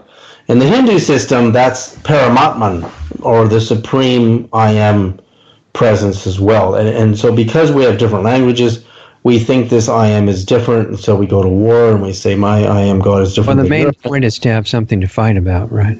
You gotta have something to keep the craziness going. So when Moses is fleeing Egypt, see, he was Egyptian. He might have been an Atenist, and the Atenist Egyptians were fighting with the old world Egyptians, and the Pharaoh would never have agreed, because the Pharaoh wanted to be the new God. He didn't want anybody worshiping the old gods, and he certainly didn't want the Atenists. So it's possible Moses was one of, given the name Moses, because Moses, there were many Moseses in Egypt, as in that Moses 1 and 2, and maybe even 3, but there's arguments about that. But it's possible he was an Atenist. And then the language became Hebrew, because Hebrew comes out of Aramaic, and Aramaic is older, and Aramaic was the language Jesus spoke, and he was the Hebrew, supposedly. Mm-hmm. We think he was. But the main thing is what Jesus is speaking about and what Moses is speaking about is the Aten. But when it goes through a name change from Hufwa or Kufa, meaning Khufu might be God when it was alive, when that being was alive, and then it got so enlightened and so powerful that it could continue to manifest in its light body and teach the Hebrew people, which were really Atenists, but they became Hebrews, and then they became Jews because, transmigration of time. And then Jesus is really in the same lineage. And then when Jesus dies on the cross, he continues to appear in a blinding body of light. If you read the Sophia of Christ, he appears on the mountaintop to the 7 women and the 7 men, and his body is so blinding that nobody can look. Well, that's just like the God of the ancient Hebrews appearing to the prophets. And then the light gets brighter and brighter in these appearances, and it blinds Saul, who becomes Paul, and then he has a follower named Thecla, this woman, who is one of the most miraculous women in all of Christendom, because you can't kill her. There's no way to kill Thecla. They try, they just can't do it. And so his light continues and continues and continues, and he continues to appear. And then as time goes on, the appearances get less and less and less because he gets too powerful. And then a new, super illuminated being comes along. See, I don't think that, why now, today? Like, you can argue this. Why haven't the Jews had another prophet? Why has God not come back? It's been thousands of years. Why? Is it because God is too powerful now? Or is it because that Muhammad was the new prophet and they couldn't accept it? The Jews couldn't accept it. Muhammad was a deep meditator. He was a lover of meditation. He was married to a woman that already had children, Khadijah, and he adopts her children and becomes, a fatherly figure to them. And he has new children with their child. Her name was Fatima. And Fatima is the name of the great miracle in Portugal, where people believe the sun, after this huge rainstorm, starts shining down on them. And again, that sun might not have been the physical sun. It might have been the super, super, super light being of Jesus's body. And nobody knows because you can't look. It's too bright to look at. And then there you go. It just keeps going. But we get into wars because we're linear logical. We get stuck in language, and if the language changes, we think they're talking about a different God. But the real definition of the Tetragrammaton, the name of the Hebrew God, is I am that I am. And Peter Lemaitre says the definition of Hafwa is I am that I am. It's the same definition. So how can you have the same definition, but the language is different? It's still 4 letters. The Egyptian Otanists use 4 letters. But why do we think it's a different God? Because we're stuck. We're in linear, sequential, logical language. We read the Bible and we say, this is what it says. And then some other one goes, no, this is what it said. And then they start clubbing each other over the head. Right. Well, obviously we've only scratched the surface, and maybe we can do another installment at some point. But I would say, for the moment, if people want to start studying and seeing what you've got, there's a lot of information on your site, right? And there's a lot of products, and some of them are downloadable files, and there are courses. This is all I pronounced your name wrong. I said Sereda. You're saying Sereda, right? Is the correct pronunciation? I think my grandmother said Sereda. It just means Wednesday in the ancient Hungarian and Russian. I mean, it's that whole part of the world. It just means Wednesday. Okay, so davidsereda.net? .net, yeah. Okay, and that's got all of the courses. It's got all the products, all the things from the penance up to pretty soon the staff when it comes out. Mm-hmm. I think the staff's on there now, but you don't have it quite yet. That's not a real picture of it. It's not even what it's going to look like. It's okay. Okay. It's definitely for very good meditators, very authentic people to work with. It's very powerful. My experiences with it are very powerful, and there's a lot of light that comes off of it. And it when you touch it and meditate with it, you should be in a very clean state of mind. Don't think negative things with it, because it will amplify it like crazy. Exactly. That's good advice for your life in general anyway, I think, since we're programming everything around us and everybody else around us by resonance constantly. Mm-hmm. Absolutely. See, frequency is the underlying makeup of a word. So a word is a vibration. It's kind of a carrier for frequency, right? It's carrying frequency. So if you get a frequency meter app, you can get one for $5. Just start talking and look at the frequencies that are coming out of your words. They're all just frequencies. So how do we speak perfectly in perfect tones and perfect proportions and cause real resonance with our voice? I mean, that's what learning the tones is about. And the course is the most affordable thing on my website. So if you don't have money to buy the jewelry stuff and the wands, if you're battling cancer or some serious disease, I highly recommend trying the wand, because we know that chemotherapy has less than 2% success rate. It's less than 2% success. Mm-hmm. So we're getting way higher results than that with the wand so far. So, it's for healing, it's for recalibrating, and it's also for teaching your nervous system these frequencies. So they become entrained in you, and you start vibrating in the harmonic proportions that the angels gave the prophets. That's what the staffs were for. They were for measuring and building, and they were for calibrating and resonating. Okay. If there's I'm going to encourage people to go back and listen to this as much as they need to, but if there's a bottom line to kind of sum up what you think is the most important of everything we've talked about, what do you think it is? I think the most important thing to understand is that we are beings of frequency, and we're beings of words, and words are very powerful when you understand that each word that you speak is a frequency. And so it's important in your spiritual practice, whatever faith you believe in, to learn proper tones and expand your tonal range within yourself to expand your perception of God. Because God is the Logos, and the Logos is, in Greek, it means perfect harmonic vibration, set up by perfect harmonic ratio. And mathematically, a Logos is a perfect harmonic ratio, and ratios are the spaces between frequencies, notes. Right. And so God, is the Logos, and it has to be perfect. And I think the pyramid tones are the most perfectly demonstrated series of tones in existence. I didn't invent them. I just did the math of whoever designed the Great Pyramid was the genius, and that was probably God, or what we call the God of the ancient Hebrews. And whoever that God was, there's nothing more tonally perfect in existence than these tones.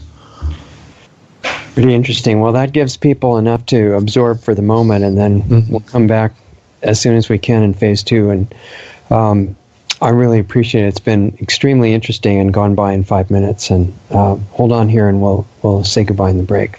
Okay, guys, there goes David Sereda, inventor of some great frequency-based technology that you can see and learn about in considerable detail at davidsereda.net. And so I encourage you to do that. And one thing about this discussion, it made me think about technology. It doesn't have to be destructive to life like most of what's in our hands now. It can be human-friendly, actually beneficial, and to both health and consciousness at the same time. And when you see the radiation that's being used as the basis of technology for cell phones and computers, wireless devices of all kinds, smart meters, things like that, that's not by accident. As we've talked about before, it's intentional and it's not necessary. So things could be done much better, and David's an example of that. Take a look at all the different beautiful stuff that he's got. It's also interesting that his inventions make so much use of stones, gems, and natural materials like that. It makes sense to me coming from where I am, because these things that most of us consider inanimate objects have actually been shown to be conscious life forms that will work in harmony with humans if our attitude toward them allows that to happen, which is a matter of our consciousness and focus. So anyway, you can see all those inventions and creations at davidsereda.net. Hopefully he'll be back in the near future. He's indicated that he'd come back and tell us about the new product that he's just about to release now, or just has released, which is a staff, a major, large staff that has all kinds of healing and other uses. And I'm interested to hear all that he can tell us about that and his other new creations. So that's the show for this week. Remember to visit lostartsradio.com for our newsletter, forum, continuing posting of new articles and videos that are educational. And if you want to see what we're doing on the new Saturday show for people that want to get into all this stuff on a more personal level and actually do some revolutionary changes in your own life experience, and take a look at what we're doing at lostartsradio.com/club, lostarts, plural, radio.com/CLUB, and you may find that pretty interesting. And if so, I'll meet you on the Saturday show too. But in any case, have a great week, and I'll see you here next time. Thanks. As of January 2018, the Saturday live call-in show is now an interactive video platform called the Planetary Healing Club. The cost is just a $10 minimum monthly donation, automatically billed through your PayPal account. Sign up at lostartsradio.com/club. The Planetary Healing Club is every Saturday night at 9 p.m. Eastern, 6 p.m. Pacific. You get your link to participate in the show upon signing up as a member. Those shows are also archived as well for club members. Listen to our new shows with guests every Sunday night at 9 p.m. Eastern, 6 p.m. Pacific. All Sunday shows with guests have archives freely available on our website at lostartsradio.com. You can also find them at blogtalkradio.com/lostartsradio, as well as our YouTube channel, youtube.com/the letter C /Lost Arts Radio. Mixcloud at mixcloud.com/Lost Arts Radio. And finally, look us up under the podcast directory on iTunes. Find us on Facebook at facebook.com/Lost Arts Radio or on Twitter at Lost Arts Radio.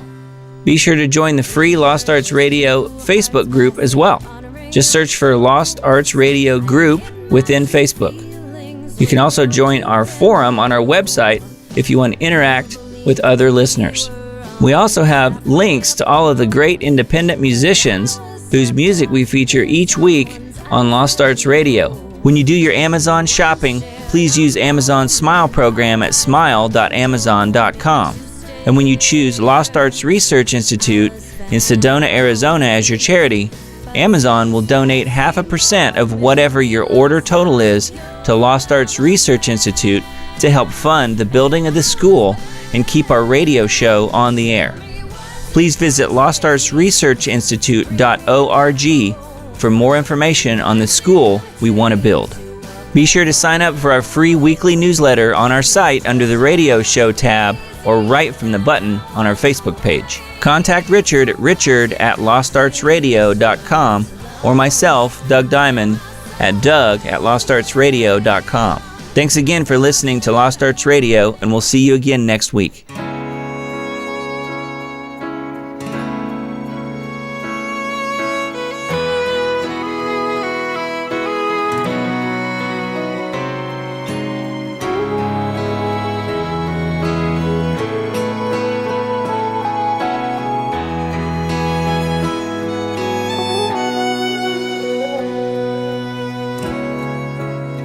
I will always remember that cold November night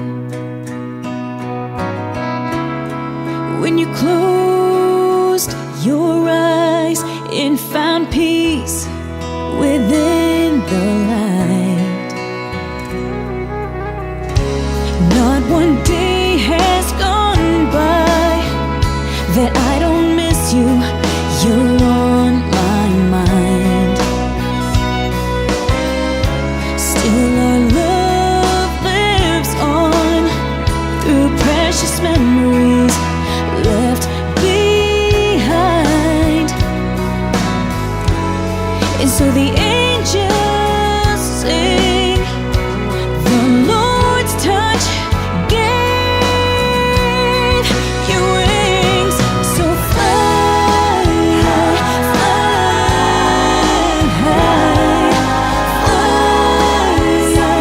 up to heaven, oh, and dance with angels, and dance with the angels up in heaven, dance.